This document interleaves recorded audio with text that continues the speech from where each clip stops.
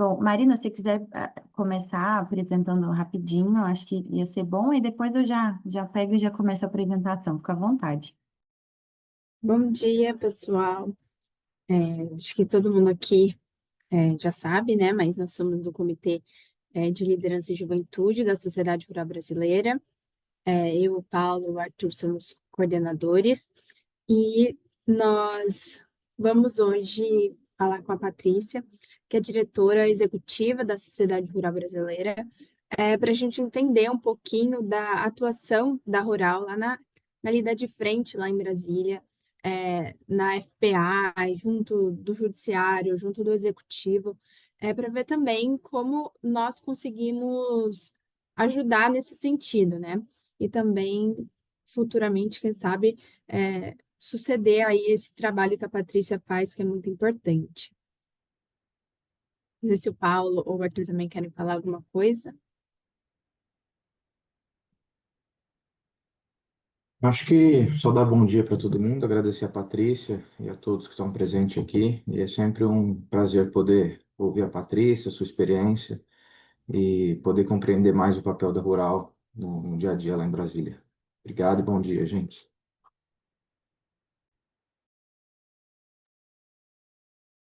Bom, maravilha, pessoal. Acho que o Arthur ele saiu, né? Então, se ele entrar de novo, a gente abre a palavra para ele, qualquer coisa, Marina. Marina, Paulo, obrigada pelo convite, por a gente ter conseguido organizar esse horário. Eu sei que para vocês também é bem tumultuado. Obrigada, Lúcia, Lourdes e demais que estão aqui conosco. Realmente, para nós é muito importante a gente ter esses alinhamentos, né, em relação às pautas de Brasília, porque elas acabam afetando todos nós, né? Então, vai ser ótimo poder dividir um pouquinho com vocês aqui. Eu preparei uma apresentação, mas estou compartilhando aqui só um minutinho, e aí a gente já consegue começar. Bom, enquanto eu compartilho, contar um pouquinho do histórico, né, da SRB em Brasília para vocês.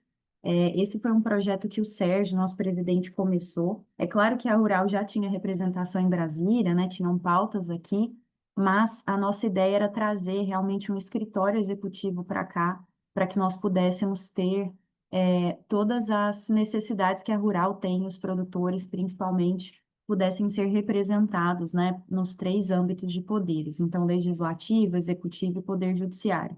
Então, nosso dia a dia aqui em Brasília é justamente ser esse ponto de diálogo com os agentes públicos, com as autoridades, com os parlamentares, com os governos, para que nós possamos, né, viabilizar os interesses do produtor rural.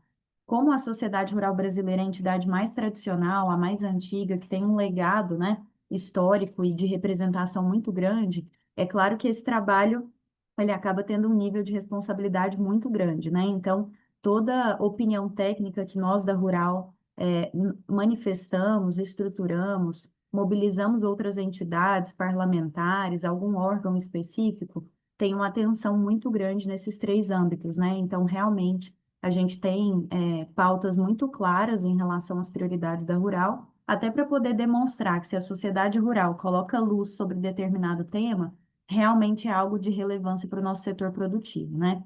E diferentemente de outras entidades representativas, nós não temos um nicho específico de atuação, né? Então, a gente não tem soja, cana, carne, frango, a gente tem associado de todas essas áreas e ainda temos agroindústrias. Então, isso acaba trazendo uma complexidade ainda maior para o nosso trabalho, porque em todas as reuniões de diretoria, de conselho e os alinhamentos que a gente tem, nós temos toda a cadeia produtiva representada.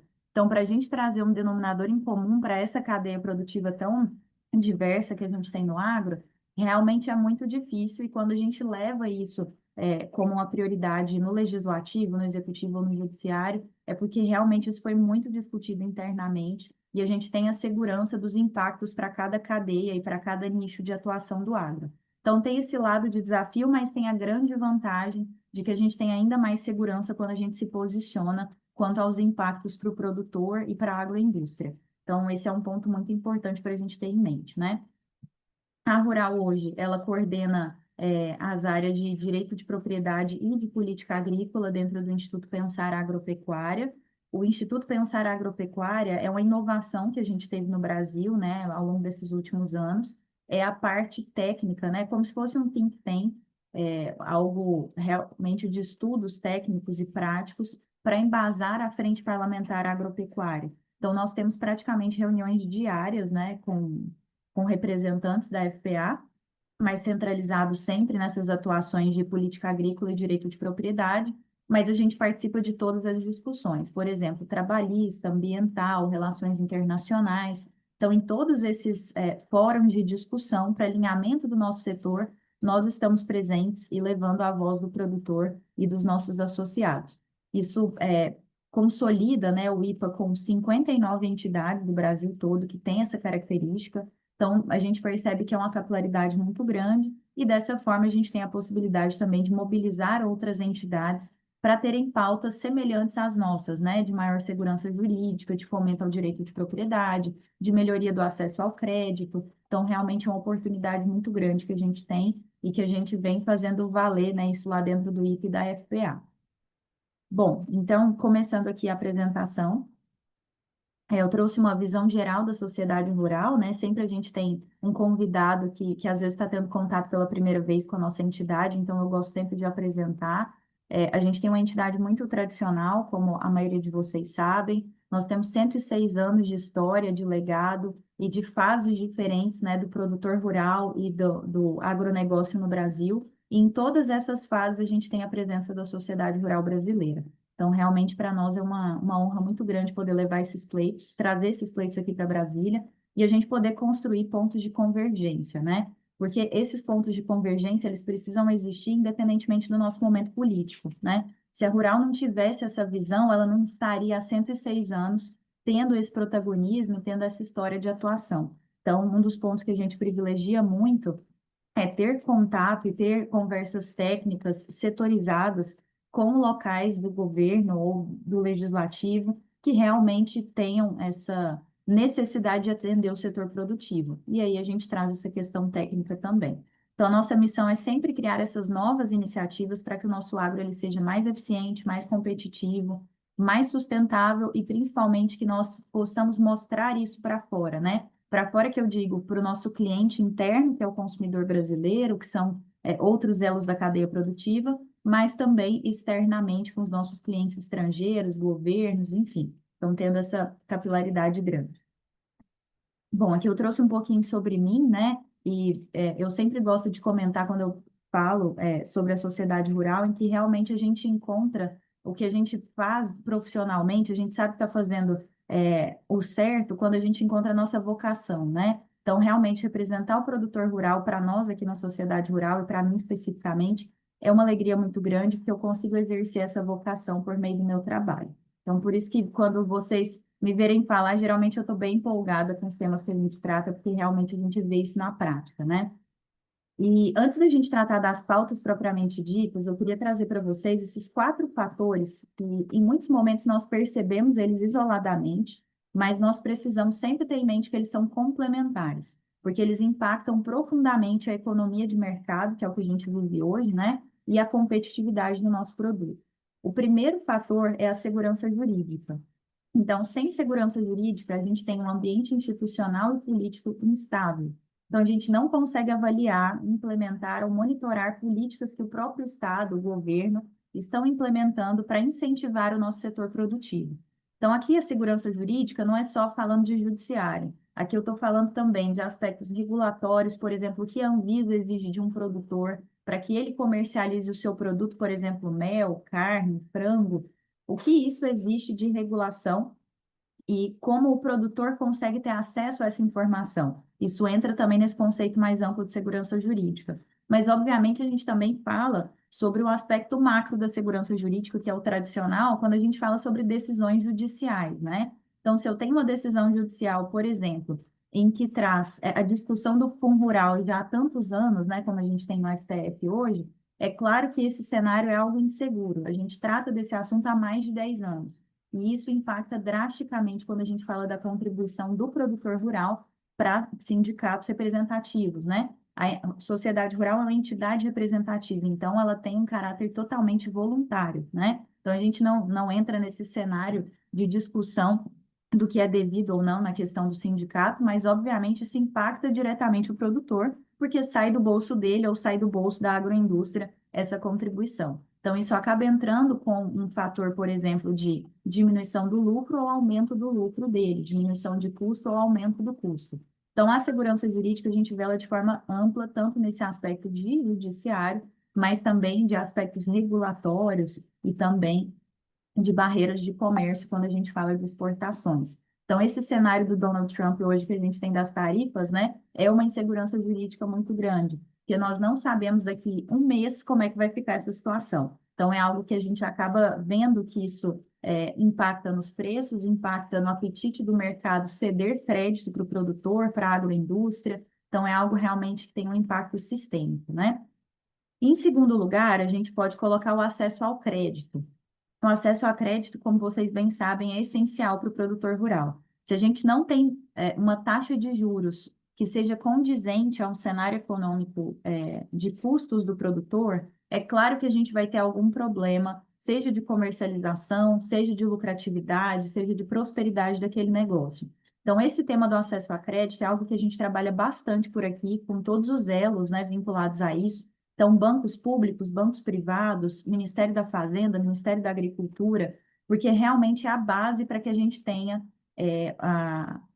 o setor agropecuário bem estruturado. Se a gente não tem acesso a crédito, a gente não vai ter acesso à tecnologia, não vai conseguir melhores condições de comercialização, não vai conseguir investir, por exemplo, em logística, em armazenagem. Então, realmente, a gente percebe isso como a base de tudo para o nosso setor. Se a gente tem segurança jurídica, tem acesso a crédito, a gente consegue trazer investimentos para potencializar a nossa competitividade. Ou seja, o nosso produto internamente, dentro da venda no Brasil ou externamente para outros países, ele consegue ter mais competitividade frente a, por exemplo, nossos competidores, China, Estados Unidos ou outros produtos que a gente possa pensar com países produtores. Então, essa questão dos investimentos aqui, pensem sempre em investimentos internos ou estrangeiros, tá? Se a gente tem segurança jurídica, por exemplo, para garantir que um investidor da Coreia do Sul venha ao Brasil, faça um investimento em uma agroindústria, nós estamos aumentando a nossa competitividade, porque o mercado ele tem a sensibilidade quando isso acontece, que o nosso país ele é favorável ao investimento estrangeiro, é favorável à economia de mercado. E isso é muito importante. É algo que, sim, no aspecto simbólico, né, de representação, conta muito quando a gente fala nesse aspecto geopolítico e principalmente dos preços de venda. E quando a gente fala de soja, de outro café, outros produtos que têm cotação em bolsa, principalmente bolsas internacionais como a de Chicago, isso faz muita diferença quando a gente vai precificar essa venda diretamente para um consumidor estrangeiro. E aí, para fechar esse combo, né, dos 4 fatores, a gente tem o aumento do valor agregado ao setor produtivo.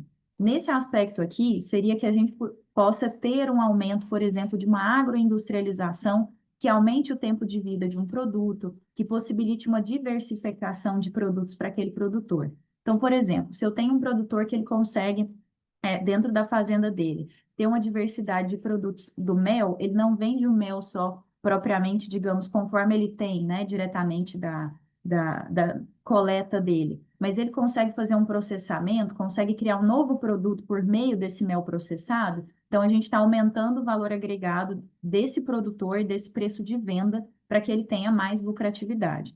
Geralmente é algo simples que a gente consegue estruturar para o produtor. Estou dando o exemplo do mel realmente para trazer pequenos produtores, tá? Como é, uma questão de exemplificação mesmo. Mas o nosso foco sempre vai ser aumentar esse valor agregado.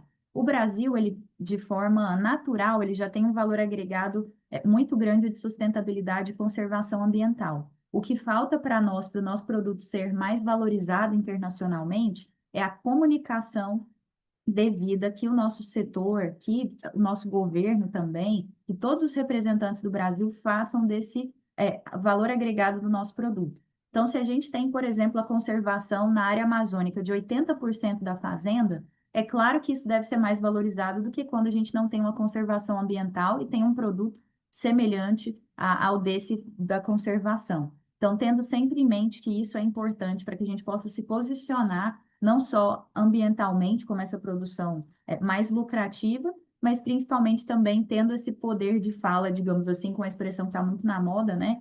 Para que nós possamos levar o que nós fazemos de bom e trazer como regra para o mundo. Então, isso é importantíssimo. Então, sempre quando a gente pensa nas pautas temáticas do agro, a gente sempre lembra desses 4 fatores e pensamos, isso realmente vai poder proporcionar uma melhoria desses 4 fatores para o setor? Se sim, vai ser uma pauta da sociedade rural. E aqui eu trouxe os 5 principais macrotemas que nós lidamos no nosso dia a dia. É claro que existem outros que a gente trata, mas eu quis trazer de uma forma mais macro, até para facilitar a apresentação dos temas para vocês. O primeiro é política agrícola, em seguida direito de propriedade, depois meio ambiente, trabalho e mercado internacional. Não está em ordem de importância, tá? Eu trouxe mais em ordem prática para melhor compreensão. A política agrícola é o que a gente vivencia durante o nosso dia a dia produtivo, né? Então, acho que fica até mais fácil para a gente compreender. Dessas 3 pautas principais, desses 5 macrotemas, desculpem, a gente traz essas 3 pautas principais, passando por um funil, né? Que tem o objetivo de proporcionar prosperidade do nosso setor e, consequentemente, do nosso país. Então, se o produtor rural ele tem maiores possibilidades de fortalecimento do seu crédito, melhor acesso e aumento da sua produção, é claro que a gente gera prosperidade regional para aquele local em que ele está vivendo, convivendo, contratando, exercendo a sua atividade. E isso tem um impacto, um efeito dominó, né? Isso impacta diretamente o nosso país. E é claro que aí a gente tem uma melhoria também da qualidade e da prosperidade do Brasil. Então, direito de propriedade, acesso a crédito, incentivos institucionais e econômicos ao agro são essenciais quando a gente passa por esse funil de prioridades. Dentro da política agrícola, existem 5 principais temas que a gente trata, e todos eles são sempre recorrentes. Em todos os momentos, em todas as palestras, se a gente for fazer uma palestra dessa cada ano, eu acho que a gente vai falar sobre esses 5 temas sempre. Por quê? Eles são essenciais quando a gente fala da atividade produtiva. O primeiro deles é o seguro rural, que é uma prioridade que a gente tem dentro da sociedade rural. Vocês devem ter acompanhado, a gente vem fazendo várias iniciativas, né, em relação a esse tema para tentar aproximar seguradoras, resseguradoras, bancos e produtores rurais, para que nós possamos encontrar o que atende a todos esses elos que estão na cadeia produtiva, que são elos complementares. Se a gente tem um produtor, a gente precisa da seguradora. Se a gente tem a seguradora, a gente precisa do banco. Então, é algo que realmente é um círculo, é o cachorro correndo atrás do rabo, mas no aspecto positivo. E aqui dentro da sociedade rural, a gente vem tentando trazer a melhoria para o seguro, porque ele realmente não tem uma aderência em várias regiões do Brasil. Então, existe um projeto de lei que é de autoria da senadora Tereza Cristina, que nós estamos auxiliando bastante desde o começo, desde as articulações iniciais até hoje, em que nós temos a tramitação mais avançada, para a modernização do seguro rural no Brasil. A gente fez estudos sobre seguro rural nos Estados Unidos, no México, na Espanha, tivemos discussões exaustivas sobre esse assunto com todos esses elos que eu comentei com vocês, e a nossa esperança e o nosso trabalho é para que essa melhoria aconteça e a gente tenha a aprovação desse projeto de lei. O maior empecilho hoje é que o governo federal deseja que o seguro rural ele seja obrigatório para o produtor. E nós defendemos que ele não seja obrigatório. O produtor ele não pode ver o seguro como um custo adicional. Ele precisa ver como um incentivo à produção. Então, um incentivo à sua própria segurança em relação à sua safra. Então, nós estamos construindo a proposta desta forma. Inclusive, semana que vem tem uma audiência pública sobre esse assunto. Posso mandar para vocês acompanharem. Vai acontecer no Senado e a gente deve ter o Sérgio, inclusive, falando um pouquinho sobre essa visão nossa.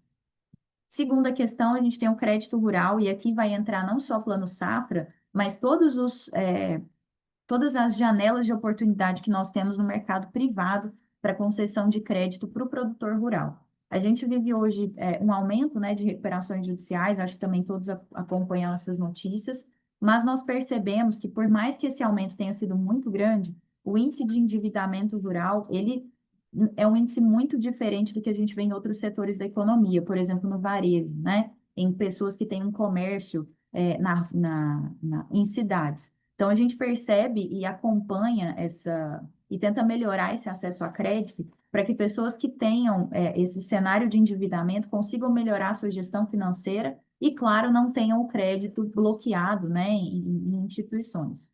Essa é uma discussão muito difícil, inclusive a gente tem uma reunião amanhã com os bancos para entender qual é a dificuldade de operacionalização daquela linha de crédito que vocês devem ter acompanhado de 12 bilhões de reais para catástrofes climáticas, né, eventos adversos, é uma medida provisória que é a 1314, porque realmente a concretização desse crédito rural, ele pode ser melhorado pelos bancos e também nós acreditamos que pelo governo federal, pelo Ministério da Fazenda.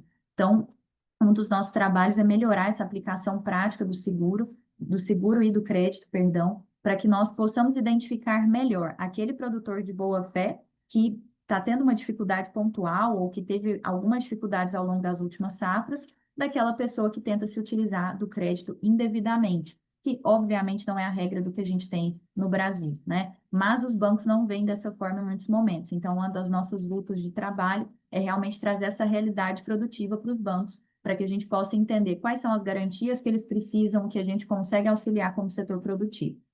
E aí, dentro do crédito rural, vem a renegociação de dívidas. Nós estamos, desde o primeiro projeto de lei que trata de renegociação de dívidas, lá no início das catástrofes climáticas do Rio Grande do Sul, a gente teve alguns avanços e alguns retrocessos ao longo desses últimos meses, né? Infelizmente, não foram aprovados conforme nós havíamos estruturado, né? A gente tinha uma tentativa de utilizar alguns fundos específicos para trazer maior segurança para os produtores, não só do Rio Grande do Sul, mas os que tiveram quebra de safra, né, ao longo desses últimos anos. Mas há possibilidade da gente melhorar. Um exemplo disso é essa conversa com os bancos, para que a gente possa trazer melhorias práticas entre a relação do banco com o produtor, que é uma relação que geralmente não passa por quem está aqui em Brasília, né? Então, a nossa função é também trazer essas reclamações locais para que a gente possa melhorar essa operacionalização.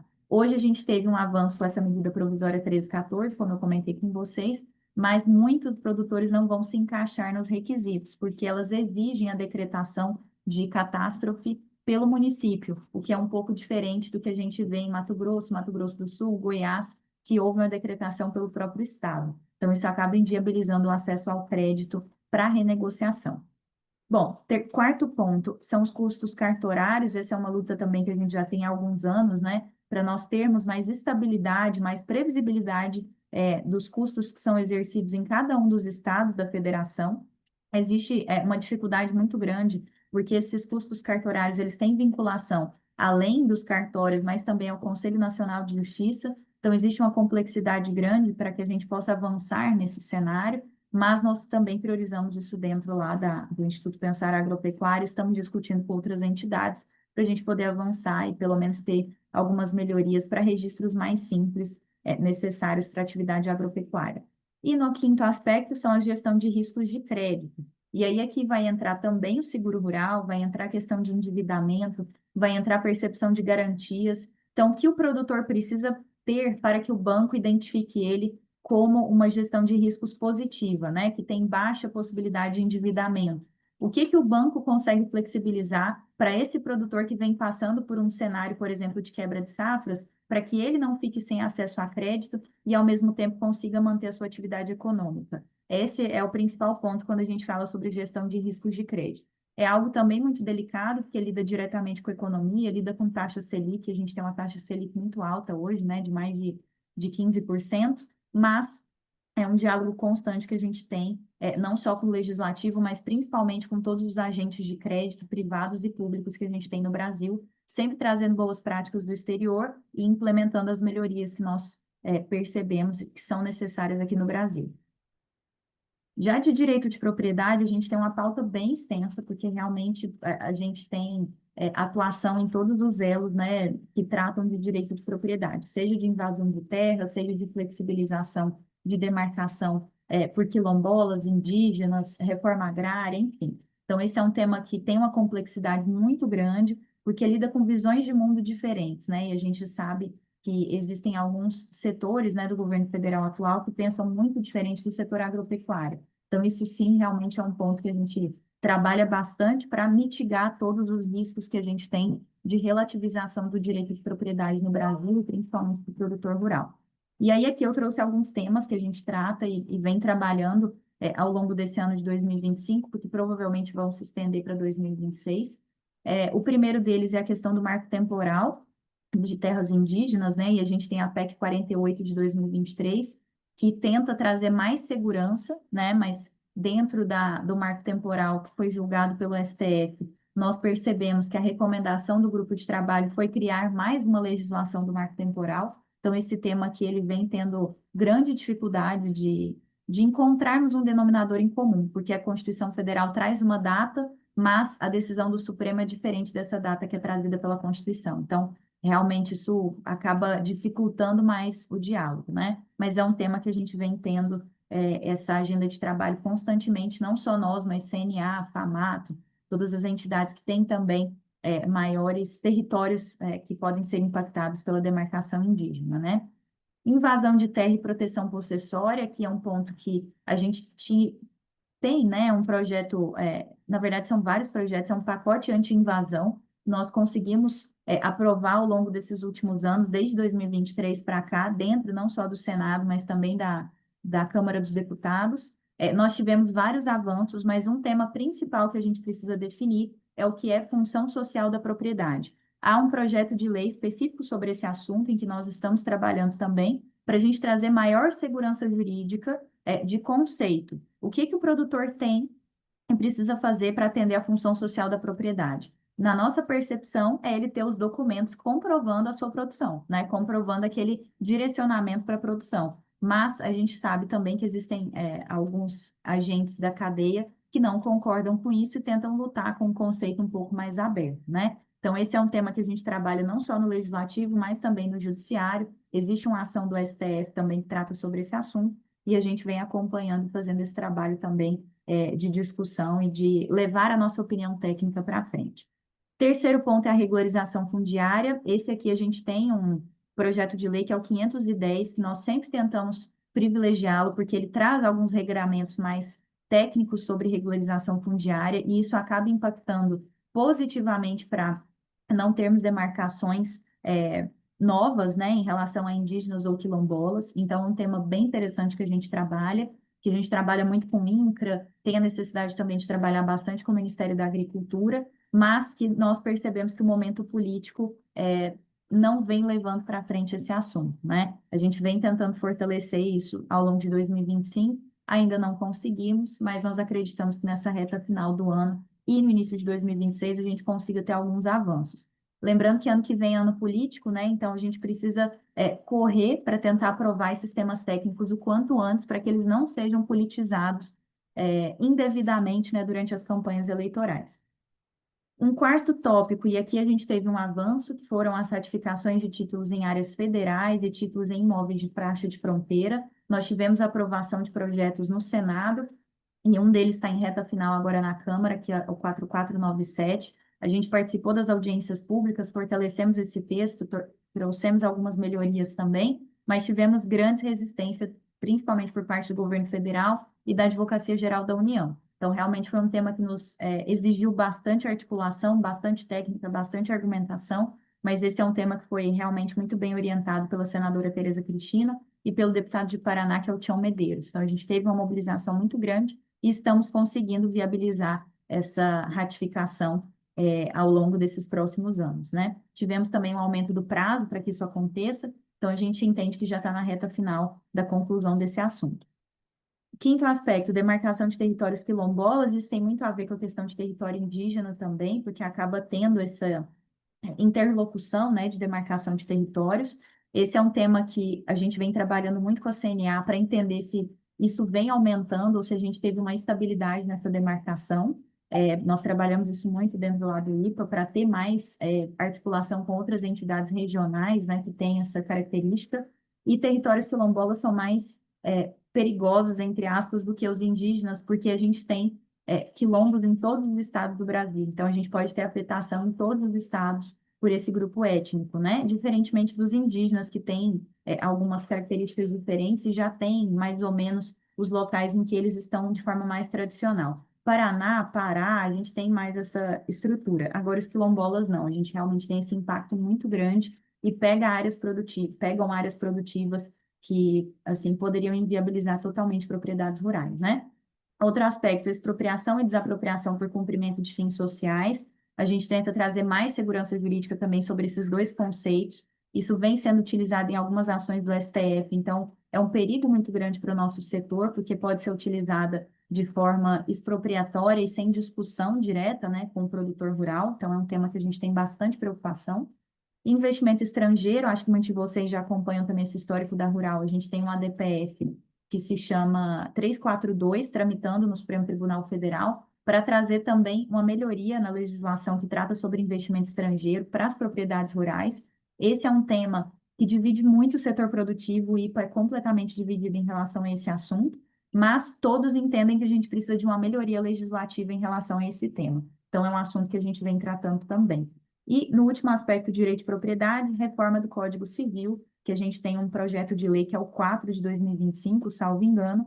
A autoria é do Rodrigo Pacheco, ex-presidente do Senado, e ele relativiza muito posse e propriedade. Os conceitos jurídicos de posse e propriedade, eles realmente têm uma alteração muito grande do Código Civil atual, que também é recente, né? A gente não tem nem 100 anos de Código Civil, e existem muitos pontos e que precisam ser melhorados, obviamente, mas esse conceito de posse e propriedade já tem segurança jurídica demais sobre ele, e a reforma do Código Civil, como está proposta, traz ainda mais instabilidade. Então, a gente montou um grupo de trabalho também, isso dentro lá do Instituto Pensar Agropecuária.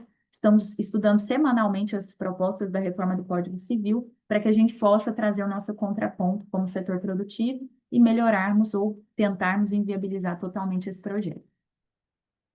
Bom, terceiro aspecto, meio ambiente, né? A gente vem privilegiando o tema da COP30, que vai começar daqui a alguns dias, como vocês vêm acompanhando. Nossa pauta principal dentro da COP30 é trazer a percepção do produtor rural como um elo de preservação dentro do Brasil, né? A gente precisa deixar isso claro para o estrangeiro e até para brasileiros mesmo que ainda não compreendem o nosso setor. A comunicação desse ponto é essencial. As entidades que compõem o IPA vêm se articulando, principalmente junto ao Espaço AgriZone, que vai ser uma área específica lá dentro da COP, em que vai ter a representação do setor produtivo. Mas a nossa pauta em que nós vamos trabalhar, já começamos, mas vamos trabalhar com mais intensidade ao longo desses próximos meses, é o pagamento sobre serviços ambientais. É uma lei que já está em vigor há algum tempo, há alguns anos, né? Ela foi aprovada ainda na gestão passada do presidente Bolsonaro, mas que a gente, infelizmente, não vê uma concretização dela, porque não tem um regulamento sobre ela, né? Então, nós já fomos ao Ministério da Fazenda, falamos sobre esse assunto, também já falamos com o presidente da COP, o André Corrêa do Lago, e nós estamos estruturando avanços aí ao longo de toda a presidência brasileira da COP, que vai até a próxima COP do ano que vem, que provavelmente vai ser na Austrália. Então, a gente tem uma agenda de trabalho aí bem grande, em que nós estamos também tentando mobilizar os países do Mercosul, porque a região produtiva do Mercosul, né, a América Latina como um todo, é a que mais tem preservação ambiental quando a gente compara em outros países do mundo. Então, é um tema que a gente vem trabalhando bastante. Terceiro aspecto é o mercado de carbono com métricas adequadas. Aqui nós temos alguns avanços de estudos, né, que tropicalizam essas métricas de carbono, que geralmente são vinculadas à Europa, a outros cenários de biomas que a gente tem no mundo. Acho que ainda vai ser um trabalho de muitos anos para que isso seja realmente implementado, principalmente porque é uma oportunidade para o produtor. Mas o mercado de carbono ainda está muito instável, não é popular ainda, a gente ainda tem algumas dificuldades de implementação prática disso, mas sabemos que as indústrias vão precisar acionar o mercado de carbono dos produtores, né, de forma obrigatória pela legislação. Então, nós estamos tentando trazer essas métricas para poder facilitar esses parâmetros e a gente conseguir ter mais uma diversificação de produtos para o produtor, que é o caso do carbono por meio das fazendas. Quarto aspecto é trabalho, né, um aspecto trabalhista mesmo, quando a gente fala de setor agropecuário, e aí são dois temas principais que a gente trabalha bastante. E, na verdade, são três, eu até me esqueci de um, que seria o contrato de safrista. Então, depois eu vou corrigir esse material e mando para vocês. O contrato de safrista é essencial para várias das cadeias que são representadas pela Rural, em que nós temos associados, né? A gente tem uma percepção de que o contrato de safrista hoje, ele tem uma insegurança muito grande, porque nós estamos percebendo condenações sucessivas de que o trabalho de safrista ele acaba se vinculando a um trabalho regulamentado, né, sem estar registrado pela CLT, e aí isso pode gerar alguma condenação para o produtor ou para a agroindústria que emprega essa pessoa. Então, é um risco que a gente tenta combater e mitigar o mínimo possível, trazendo melhores regras para o contrato de safrista, e principalmente para a melhoria da contratação, que a gente tem uma dificuldade muito grande, né? Hoje em dia, principalmente pelos aspectos assistenciais que a gente tem, né? Então, tem muito Bolsa Família, Bolsa Estadual, e muitas pessoas, infelizmente, não conseguem contratar, porque quem poderia ser safrista está vinculado a essas linhas de assistência. Segundo ponto é o trabalho análogo à escravidão, e aí acaba tendo uma interlocução muito grande com a fiscalização trabalhista, né? Porque hoje a gente tem um conceito muito subjetivo do que é trabalho análogo à escravidão.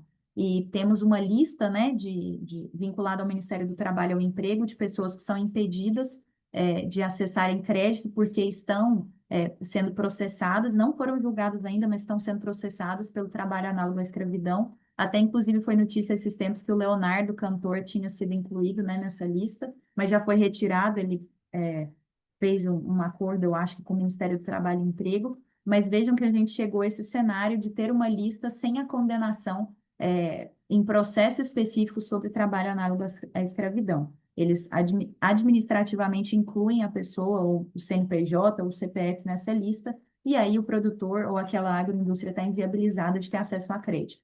Então, isso é muito grave, a gente tem uma subjetividade muito grande entre a fiscalização nas fazendas ou nas agroindústrias, principalmente quando a gente fala de safristas. Então, é um tema que a gente vem trabalhando bastante, não só no IPA, mas no legislativo e no judiciário também.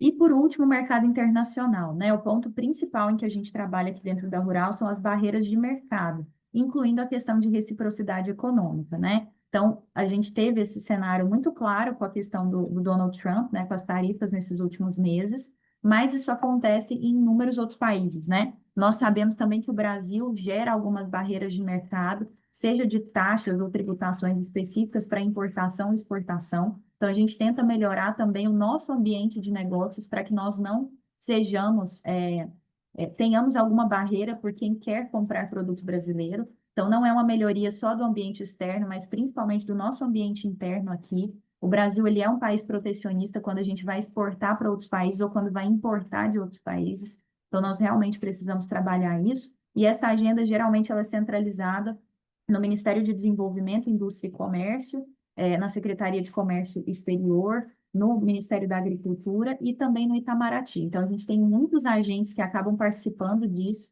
e muitas cadeias diferentes com necessidades diferentes. Então, isso acaba também trazendo uma complexidade muito grande, mas é um tema que a gente vem trabalhando ao longo desses últimos meses. E aí, especificamente sobre os Estados Unidos, a gente participou das manifestações como setor produtivo, na investigação 301, que fala sobre desmatamento, questão de propriedade intelectual, etc., que traz aquela questão das tarifas, né, para o Brasil também, e a investigação da USTR, que é o órgão de regulamentação, desculpem, das legislações de comércio exterior nos Estados Unidos. Então, a gente participa ativamente disso, com outras entidades também, para que nós possamos ter a integração do nosso setor e representar essa voz do produtor internacionalmente, defendendo os nossos interesses.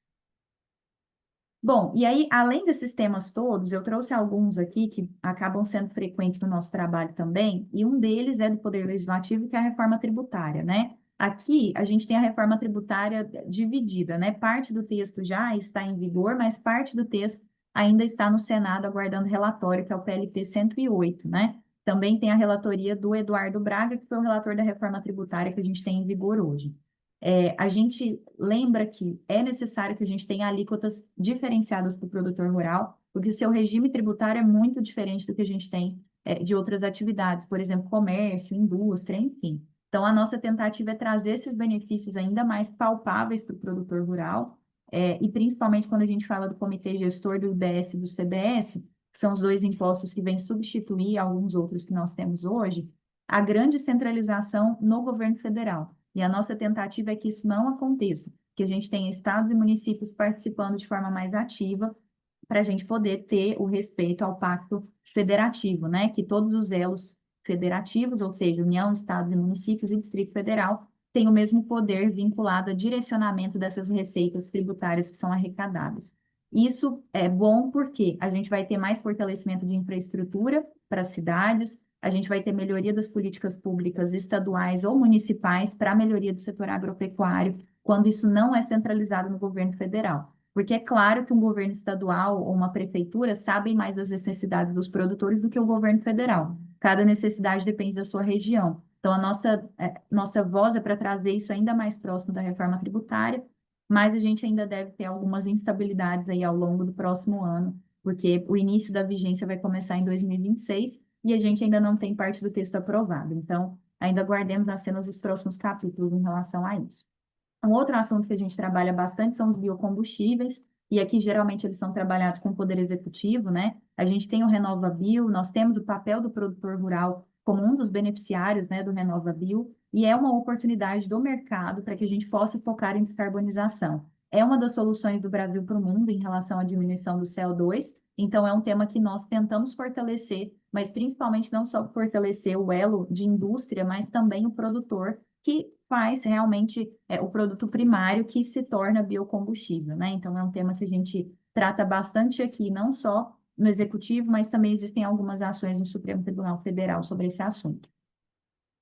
Mais um tema do Poder Executivo, o Acordo Mercosul-União Europeia. Nós percebemos a relevância desse acordo, a tentativa que a gente tem ao longo desses últimos 10 anos dele ir para frente. Nós estamos num momento bom, né, sobre isso, né? Conseguimos superar a resistência do governo francês em relação a esse tema. Vocês lembram que a gente tinha alguns tratores nas ruas da França, de Paris, ao longo desses últimos meses? Eles estavam se manifestando contrariamente a esse acordo Mercosul-União Europeia, porque os produtores deles internamente sabem que os nossos produtos no Mercosul são mais competitivos que os deles, né? Mas isso conseguiu ser resolvido por algumas iniciativas do governo francês e a gente está conseguindo colocar esse acordo para rodar, né? Ainda faltam várias fases internas, está no momento de assinaturas e aprovação pela Comissão da União Europeia, que trata sobre esse assunto, e aí depois ele vem para o Brasil, para o Mercosul. A gente também tem que fazer uma ratificação no Poder Legislativo, então, ainda vai demorar um pouquinho para ele começar a vigência, mas nós estamos no momento propício para que ele comece, porque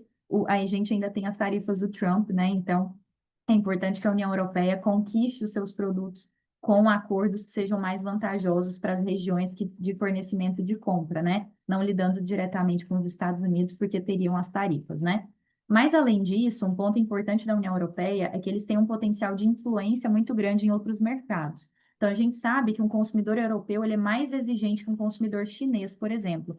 Por quê? Obviamente, pelo cenário histórico que a gente tem nas duas regiões, né? A China passou uma grande fome há pouco mais de 100 anos. Então, eles têm uma percepção em relação à segurança alimentar muito diferente do que um europeu tem, que já tem acesso às melhores condições há muito mais tempo do que um chinês. E aqui eu não estou fazendo juízo de valor, tá, pessoal? É uma questão prática mesmo, histórica.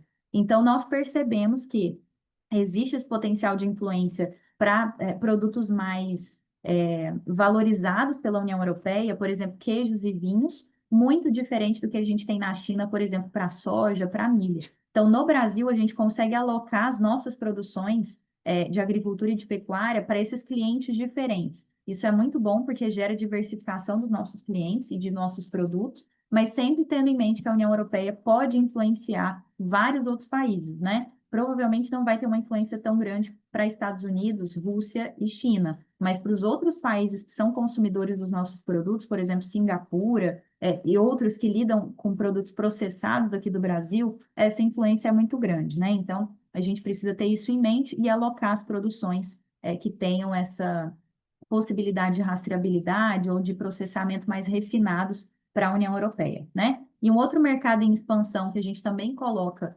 com o protagonismo do Brasil e do Mercosul é a questão de carne halal, por exemplo, o mercado halal que a gente tem no Oriente Médio, né? No Oriente Médio e em parte da Ásia. É impressionante como esse mercado aumentou e nós sabemos que a população muçulmana, ao longo dos próximos 50 anos, ela vai aumentar muito. Então, a gente precisa perceber essa densidade demográfica lá para o Oriente Médio e poder atender esse mercado, porque isso acaba convertendo em mais lucratividade para nós aqui do Brasil. Por quê? É uma forma de produção muito diferente do que a gente tem para a China, por exemplo, e tem um valor agregado a mais, como a gente comentou no início da apresentação. Então, é como se fosse um produto segmentado, né, para outro mercado e que tem preços maiores do que aquele produto tradicional do que a gente faz. E aí, indo para a reta final, falando sobre o Poder Judiciário, né? A gente tem esse do marco temporal, esse slide está desatualizado, como eu comentei com vocês, a gente já teve a conclusão dessas audiências da Comissão de Conciliação, e isso foi coordenado pelo ministro Gilmar Mendes, lá no STF. O setor produtivo foi representado também lá, o Pedro Lupion, que é o presidente da FPA, esteve em praticamente todas essas audiências, né? Mas nós não percebemos um avanço categórico em relação a esse assunto. A gente teve a recomendação por parte do ministro que tenhamos um novo projeto de lei. Então, a gente já tem uma lei aprovada que foi vetada pela Presidência da República, então a gente precisa realmente organizar bem esse tema para ter mais segurança, principalmente nessas áreas que são afetadas pela demarcação. A gente tem um outro aspecto também que está em tramitação no STF, que é o PL dos pesticidas. Esse tema aqui, salvo engano, o Fachin era o relator. Ainda não sei como é que ficaram essas transições dele para a presidência, né? Porque hoje ele é o presidente do STF, depois eu tenho até que me atualizar em relação a isso e trago essa informação para vocês, porque realmente é muito recente.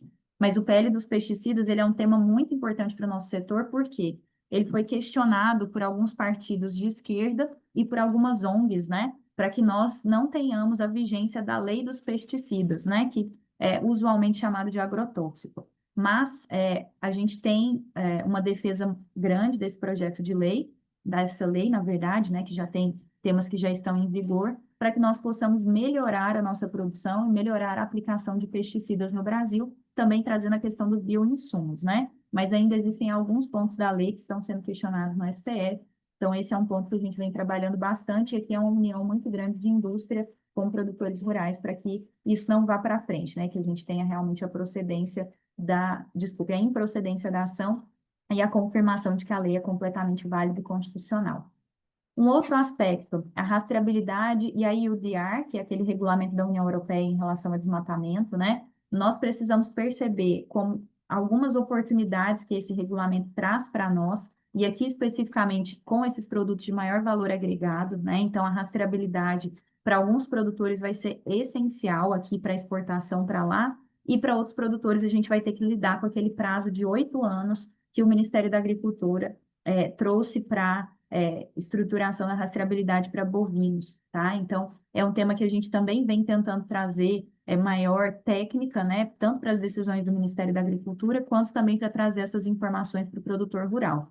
Mas, obviamente, a gente tem oportunidades e tem desafios, né? A gente tem um rebanho muito grande no Brasil, diferentes cenários em diferentes estados. É claro que uma produção no Mato Grosso do Sul é muito diferente de uma produção na Amazônia, que é muito diferente do Mato Piba. Então, a gente precisa ter essa orientação para os produtores, e um dos papéis de entidades representativas é esse, né? Então, é uma tentativa nossa que a gente leve mais essa comunicação e auxilie essa implementação prática para que nossos produtores não fiquem à margem do mercado. Um outro tema que é importante a gente ter em mente, principalmente sobre essa questão dos Estados Unidos e de alguns outros países, é a questão da reciprocidade ambiental. A gente teve um projeto de lei que foi aprovado no Brasil, na verdade não é só ambiental, aplica um aspecto econômico também, que é um país te impõe uma tarifa vinculada a desmatamento, por exemplo, você também pode devolver com uma tarifa para aquele país, né? Isso começou lá quando o Carrefour fez uma manifestação indicando que os produtos tinham altos índices de desmatamento. Acho que vocês devem se lembrar. Houve um boicote ao Carrefour, né, que foi, inclusive, iniciado pelo setor, e realmente deu certo, eles voltaram atrás, pediram desculpas, mas é um desgaste que a gente percebe como desnecessário para o nosso setor. Então, a gente precisa ter em mente que esse tema da reciprocidade, ele pode ser melhorado com a comunicação mais assertiva de nós produtores, nós entidades representativas, e representantes em geral do nosso governo, né? Então, esse é um ponto muito importante, porque ele acaba sendo uma barreira comercial que acaba limitando também a possibilidade de lucro do produtor. E aí a COP30, né, que a gente vai ter nos próximos dias, e aí a pergunta principal é como a gente vai demonstrar a sustentabilidade da nossa produção. Nós temos dados para isso, temos apresentações, temos o Roberto Rodrigues, que para mim é o principal representante que a gente tem hoje do nosso setor, né, estando lá como realmente a pessoa do agro, né, mas nós precisamos ter em mente que a COP30, ele é um cenário muito mais de mídia e de discussão superficial do que algo técnico, né, para o nosso setor.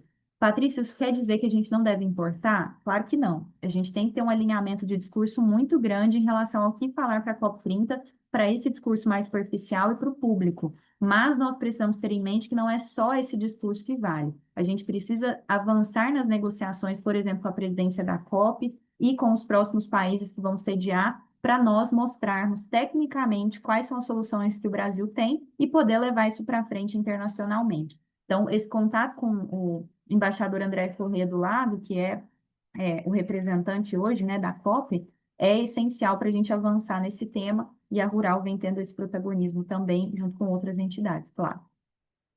E aí, sempre tendo em mente, esse ponto da COP, ele deve passar por 5 fatores essenciais quando a gente fala do Brasil, e esse aspecto técnico também. Então, nós temos diferenciais competitivos, que aí a gente pode resumir em 5, né? Principal, vantagens oriundas do nosso território ser muito grande, termos fronteiras produtivas de clima tropical e subtropical, que são propícios à produção agropecuária, lembrando com toda a tecnologia implementada, né? E aí a gente traz o segundo fator, que é investimento em tecnologia. Claro que eles foram iniciados pela Embrapa, mas eles criaram um novo modelo de integração e de regeneração da produção agropecuária, que acaba trazendo mais lucratividade para o produtor, utilizando menos hectares, menos áreas específicas. Isso foi iniciado pela Embrapa, mas obviamente a gente tem hoje diversos outros players privados, né, que fazem esse papel. Mas é importantíssimo que a gente tenha esse segundo fator de tecnologia muito bem implementado e estruturado no Brasil. Terceiro aspecto é a abertura de mercados externos. A gente no Brasil exporta para mais de 200 países. E principalmente durante a pandemia isso ficou muito claro, porque o cliente que comprava do Brasil tinha certeza de que o Brasil entregaria aquilo que ele comprou. Então, isso em relação à segurança alimentar e segurança contratual de quem compra de nós é muito importante. Então, acaba gerando uma forma de reputação positiva, né, no mercado internacional, mas nós sabemos que a gente precisa melhorar também, principalmente a remuneração desse produtor do produto que ele exporta. Vamos supor na questão da rastreabilidade, por exemplo. No quarto diferencial competitivo é uma eficiência da política de crédito. É claro que a gente tem inúmeras dificuldades em relação ao Plano Safra e algumas estruturações de acesso a crédito privado também no Brasil, taxa de juros muito alta, enfim. Mas o nosso modelo de crédito, ele funciona. Nós percebemos isso, porque a gente tem um aumento da participação privada hoje, salvo engano, já está em 32%. Nós temos uma participação muito grande do cooperativismo, e isso acaba trazendo mais produtores menores para aquelas relações contratuais para exportação ou para aumento do valor agregado da sua produção. E, claro, a gente tem um crédito público também, que é o tradicional que a gente tem no Brasil. Mas vejam que a gente não está só centralizado no crédito público. Então, a gente ter essa capilaridade de opções, o produtor vê o cenário que ele mais tem de vantagem, é muito importante. Temos que melhorar nesses 3 cenários, de cooperativa, financiamento privado, financiamento público. Mas só da gente ter essa opção, isso é muito positivo, né? A gente consegue também ter melhores soluções para o produtor. E no quinto aspecto, também é o fortalecimento das cooperativas de produção, porque isso traz melhor facilitação da produção e da comercialização para o produtor. Nós sabemos que existem diferentes, né, níveis de produtores em relação à gestão da sua propriedade. E nós sabemos que muitos produtores não conseguem fazer essa comercialização direta. Então, é importante ter uma cooperativa para dar esse suporte e fortalecer essa produção, né? E mostrar, por exemplo, algum nicho de mercado que aquele produtor pode ampliar e diversificar o seu produto. Então, isso é importantíssimo, porque a gente acaba fazendo uma espécie de apoio para o produtor por meio das cooperativas. Então, esses são 5 diferenciais competitivos que a gente tem no Brasil, que são cenários muito diferentes do que a gente tem em outros países, Estados Unidos, China, Rússia, outros competidores que exportam alimentos para o mundo, né? Por isso que eu citei esses países. E muito diferente, obviamente, de quem compra de nós, que é o caso da União Europeia e outros países também. Mas, como eu comentei com vocês, né? A gente tem esses diferenciais competitivos positivos, mas a gente tem alguns pontos em que nós precisamos lidar com riscos, né? Então, são pontos de atenção para o Brasil. E aqui eu fiz um resumo de 3 deles. Primeiro é o aspecto ambiental, depois o social e o terceiro econômico, né? No aspecto ambiental, o principal ponto que a gente precisa melhorar, a comunicação assertiva sobre o que é o nosso Código Florestal, como a nossa produção acontece, de que forma que a gente tem essa comercialização do produto que tem, por exemplo, 80% de conservação ambiental, 20%, 40%. Isso é importantíssimo porque o mundo não conhece as nossas legislações e não conhece o que o produtor brasileiro faz. A gente percebeu isso na viagem dos Estados Unidos, né, meninas? Então, assim, é claro que todos vocês têm essa percepção também, mas quando a gente vê isso na prática, é muito diferente, né? Então, é essencial que a gente faça uma comunicação correta, assertiva, que cheguem até os governos e aos compradores, né? abastecidos, né, digamos assim, pelos nossos produtos brasileiros, o que nós cumprimos aqui internamente. Isso é essencial, né? A gente sabe que no mundo, se a gente fosse fazer um código florestal mundial, só o Brasil ia conseguir cumprir, porque os outros países não iam ter nessa possibilidade de solo e nem de preservação ambiental. Então, é importantíssimo a gente ter isso em mente. Isso acaba impactando o aspecto social, de novo, a comunicação. Então, quando a gente fala, por exemplo, do desenvolvimento de uma cidade, quando vai uma agroindústria para lá, quando vai um produtor rural para lá, a gente fala de contratação de pessoas, de melhoria daquela qualidade de vida daquele local. E isso impacta novamente a comunicação. A gente precisa mostrar esses cases de sucesso que a gente tem no Brasil para o mundo, né? Então, muitas pessoas internamente não conhecem o que uma cooperativa faz na região que ela está instalada, não conhecem o que um grande produtor faz no local em que ele tem a sua fazenda, sua sede, enfim. Então, é importantíssimo que a gente traga essa percepção de melhoria, né, do aspecto de desenvolvimento regional e de qualidade de vida junto, do nosso setor. E o terceiro aspecto é o aspecto econômico, né? A gente perceber as oportunidades financeiras que nós temos hoje para o produtor brasileiro, não só vermos como empecilhos, né, para exportação, como dificuldades. É claro que existe um processo de melhoria que a gente precisa, e nem todo produtor vai precisar fazer uma adequação, mas é importante que a gente identifique essas oportunidades para poder ter uma capilaridade de produtos maior para esse produtor, para esse agricultor, tá? E, claro, isso acaba afetando também a proteção patrimonial, que gera também o direito de propriedade. Então, nesse aspecto econômico, a gente precisa unir segurança jurídica, proteção das propriedades e dos produtores, né, produção da sua própria produção também, e aliar isso a oportunidades financeiras de abastecimento do mercado interno e do mercado externo. E aí, pessoal, os 5 pilares de atuação, né, que a gente tem aqui na sociedade rural e que eu diria que isso melhoraria a competitividade do agro como um todo, seriam, primeiro, a melhoria do ambiente de negócios dentro do agro, então, facilitação para que um produtor tenha acesso à sua informação da fazenda, consiga mostrar isso, por exemplo, para o comprador do produto dele. A gente tem uma facilidade de acesso à informação que hoje em dia a gente sabe que é muito difícil.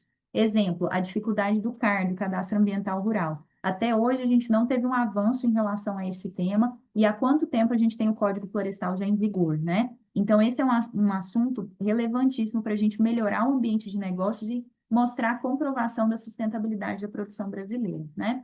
Relações institucionais propositivas, ou seja, buscar os agentes políticos e econômicos que lidam com o nosso setor, por exemplo, judiciário, legislativo, executivo, banco privado, banco público, seguradoras, etc., levando soluções, né? Claro, né? Falando sobre as dificuldades do produtor, mas também trazendo soluções práticas. Isso melhora até a recepção que a pessoa tem das nossas dificuldades e engaja mais para que o setor depois cobre para que aquela solução aconteça. Então, isso é essencial, né? A gente tem que ter esses pontos de diálogo em todos os locais em que nós temos essa interlocução, do setor agropecuário. Isso é importantíssimo, não só no Brasil, como também no exterior, né? A gente viu que muito do que o Donald Trump conseguiu voltar atrás em relação às tarifas foi porque o setor privado dos Estados Unidos levou essa prioridade. Então, esse é um ponto de relação institucional propositiva. O nosso setor produtivo aqui levou isso para o setor produtivo dos Estados Unidos, que levou isso e, né, teve uma possibilidade de alívio momentâneo, digamos assim, de alguns fatores específicos de lá. Terceiro aspecto é a segurança jurídica. Eu sempre sou muito repetitiva em relação a esse assunto, porque para mim isso é a base, né, da prosperidade de um país, econômica, enfim. Então é importantíssimo que a gente tenha segurança no que a gente tem de decisão no Brasil, de política econômica, de política pública, política de crédito. Quarto aspecto, comunicação e imagem do setor, e aí a gente tem essa necessidade também de interlocução com mídia, com imprensa, isso é importantíssimo para nós, a gente saber com quem a gente fala e como a gente expõe essas informações da nossa produção, isso é essencial. E boas práticas produtivas, que é o que o produtor faz de melhor, né? A gente poder levar isso para esses 4 outros elos é importantíssimo, porque realmente levar a realidade para a população em geral, mas também para os nossos compradores, é essencial para nós. E era isso que eu queria compartilhar com vocês, pessoal. Eu tentei falar o mais rápido possível, porque eu queria deixar um espaço também para perguntas, e eu sei que a gente tem um horário, depois tem uma reunião. Então, queria agradecer mais uma vez a gente ter conversado e estou à disposição para a gente conversar um pouquinho. Vocês trazerem outros temas que gostariam que tivessem nas prioridades também na sociedade rural, esse âmbito é muito aberto entre nós, então estou aqui muito mais para ouvir do que falar. Obrigada mais uma vez. Obrigada, Patrícia, por essa exposição super completa. Até a Lúcia até perguntou se a gente estava gravando, porque isso realmente é o ouro, assim, que a gente tem que se preocupar muito. São só temas bem tranquilinhos, graças a Deus, né? Eu até acabo acompanhando bastante a questão da terras para estrangeiros, que a Rural também tem a ADPF e tudo. É importante saber que sai governo, entra governo, mas sempre tem alguém para perene, assim, para defender os interesses, né, do produtor. Eu vou deixar o Sérgio falar, que ele está aqui com a mãozinha levantada. Bem, muito bom dia a todas. Eu fico muito feliz de ver vocês aqui interessadas, né? Interessados também, estou vendo o Vila aí, o Marcelo, pelo trabalho que a Rural tem feito em Brasília.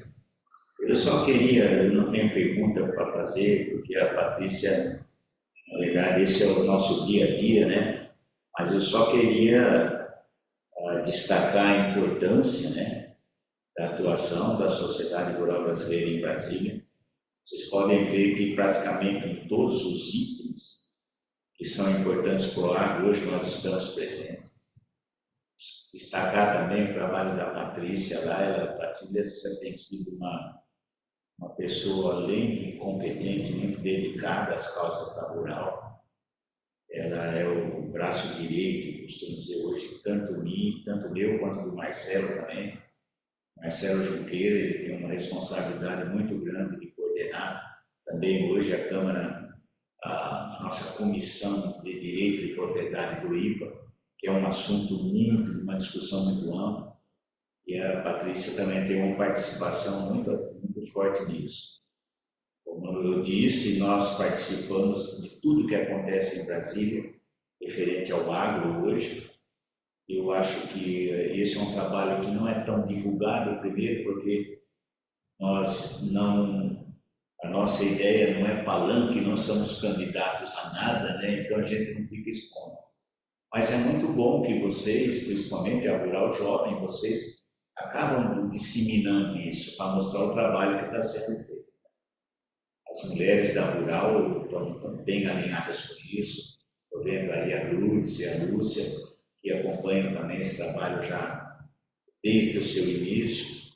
Mas era isso, só queria agradecer a Patrícia pela apresentação, muito didática, muito completa, repletas de informações. E isso é um trabalho que, logicamente, coloca a sociedade rural brasileira numa posição de destaque em Brasília. Então, mais é de agradecimento pelo trabalho da Patrícia aí, e pedir para vocês da Rural Jovem, o Vila, que é da área também da imprensa, focada nesse aspecto.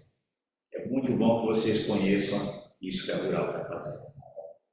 Era só isso, muito obrigado, eu também vou precisar sair agora, um bom dia para todos vocês. Sérgio, obrigada por estar aqui com a gente e obrigada por fazer toda a coordenação desse trabalho todo, que não é fácil. A gente acompanha esse dia a dia aí e fica meu reconhecimento, que é uma alegria poder trabalhar com o senhor e com vocês, com o Marcelo também. Sem vocês, isso nada aconteceria. E realmente é um trabalho um pouco invisível, né, que a gente faz dessa interlocução toda. Então, é muito bom a gente poder também falar um pouquinho para os associados, para a Rural Jovem, para o pessoal todo conhecer um pouco do que a gente faz por aqui e convidar para quando vocês quiserem vir a Brasília também, a gente está aqui à disposição para vocês estarem conosco. Eu quero parabenizar a Patrícia por hoje, né, por esse momento de conhecimento, né? A gente sabe da importância do papel da sociedade rural brasileira e esses detalhes, como você bem falou, são invisíveis, né, aos olhos e quem está do outro lado, né? E a gente precisa divulgar isso, né? Quanto mais a gente puder estar levando tudo essas pautas que a sociedade defende através do seu trabalho, do Sérgio, Marcelo, de todos os associados e componentes aí da diretoria. Parabéns, viu? Obrigada, Lúcia. Você faz muito parte disso também.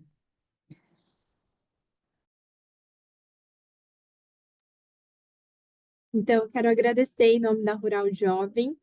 O Paulo, ele infelizmente teve que sair, que teve uma aula, mas a gente agradece muito o tempo que você dedicou aqui para gente, para a gente aprender um pouco, né, se inteirar, e conta com a gente também. A gente quer organizar uma viagem a Brasília, nós quatro, eu, a Isadora, o Que Paulo e o legal. Arthur, para acompanhar mais de perto, para a gente poder participar disso. Então, por favor, contem com a gente. E obrigada mais uma vez pelo tempo. Eu que agradeço, Patrícia, Aline. Conte comigo Patrícia, também. Oi, Lu. oi, Patrícia. Eu queria agradecer também a sua fala, foi muito boa, foi muito pertinente, tudo muito esclarecedor, e principalmente ter uma mulher que está nos representando lá em Brasília, tá? Parabéns, Patrícia, a gente sempre conta com você. Lourdes, muito obrigada. Você também faz parte disso. Agradeço demais a confiança de vocês. E que bom que eu estou representando vocês aqui um pouquinho. Fico muito feliz.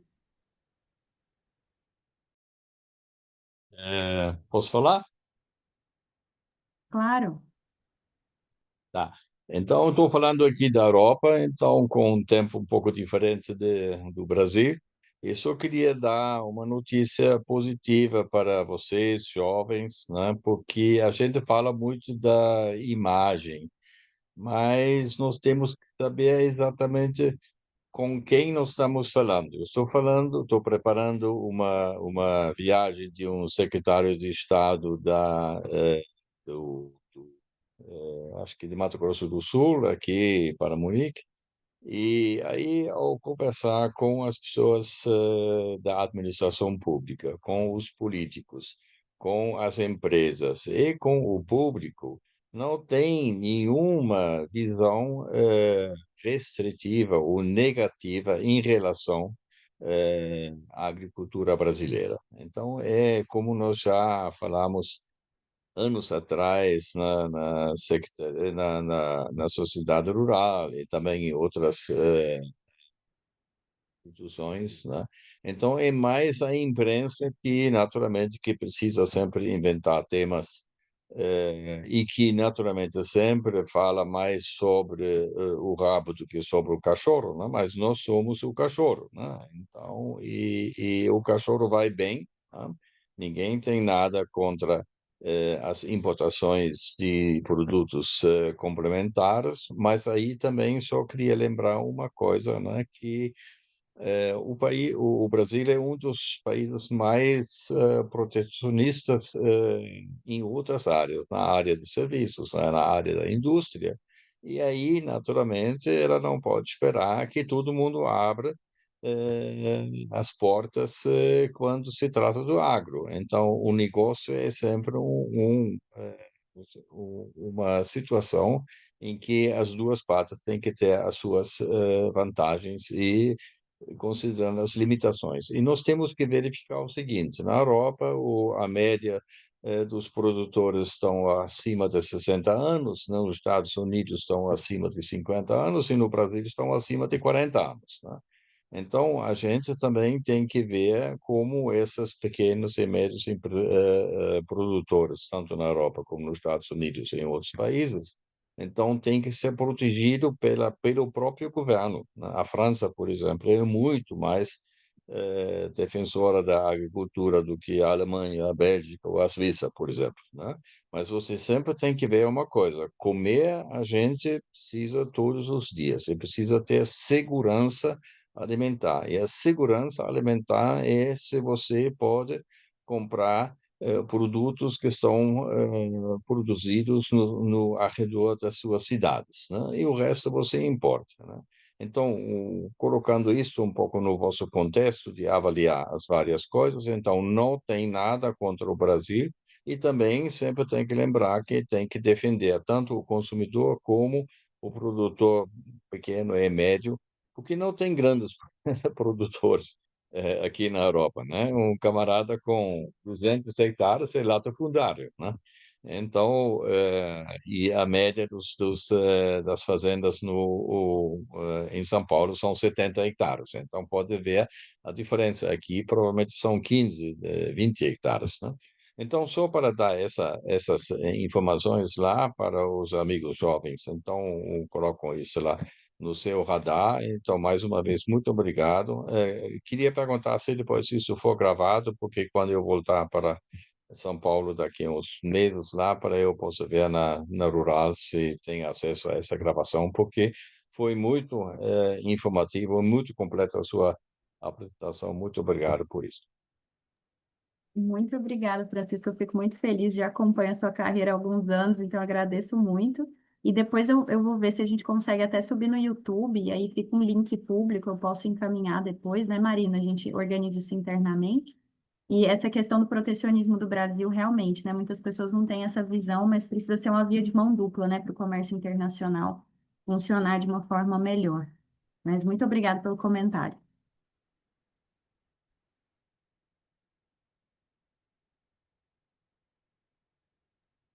Então, acho que finalizamos essa reunião muito produtiva e estamos preparando uma próxima agora para o dia 14 de novembro também. Então, a gente divulga em breve as novidades. Obrigada, pessoal. Obrigada, pessoal. Bom dia. Um abraço. Bom dia. Bom dia.